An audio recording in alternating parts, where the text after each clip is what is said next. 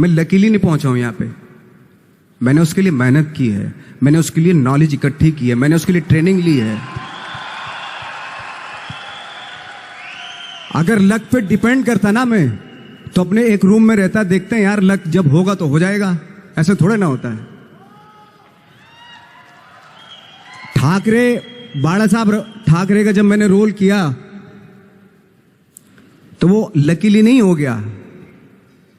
उसके लिए 1 महीना में पहले हारमोनियम पे बैठा मैं कि बाला साहब कहां से बोलते हैं, उनका सुर क्या है, उनका टेक्सचर क्या है, उनकी वॉइस का, उनकी वॉक कैसे है, वो चलते कैसे हैं, उनका वेट किस चीज पर ज्यादा डिपेंड करता है। हर आदमी का जो वेट होता है, किसी का थाइज पे होता है, किसी का फुट पे होता है, किसी का बट पे होता है वेट, किसी का कमर पे होता है। हर आदमी का एक वेट शिफ्ट करने का एक अलग तरीका होता है।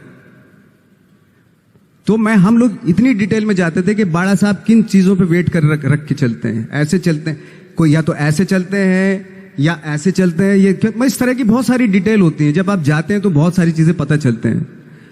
मेरे सामने इतने चैलेंज थे जब मैं बाला साहब का रोल कर रहा था, तो वो मिमिक्री भी नहीं होनी चाहिए, कॉपी भी ना हो। जैसे अमूमन अक्सर होता है जब हमारे यहाँ बायोग्राफी की जाती है तो हम कॉपी कर देते हैं। उसकी कॉपी करना मतलब अगर हम किसी की कॉपी कर रहे हैं या मिमिक्री कर रहे हैं तो वो वीकनेस समझी जाती है कि आप वीक एक्टर हो। और ये बात मुझे बहुत पहले समझ में आ गई थी जब मैं ट्रेनिंग ले रहा था। मैं ट्रेनिंग के फायदे बता रहा हूं आपको। जब मैं ट्रेनिंग ले रहा था ये हमें तभी समझ में आ गया था। और प्रिपरेशन के वक्त, बाला साहब की प्रिपरेशन के टाइम पे, कि मैंने इसकी मिमिक्री नहीं होनी, बाला साहब की मिमिक्री नहीं होनी चाहिए, ना कॉपी होनी चाहिए, और लगना भी चाहिए कि बाला साहब ठाकरे हैं।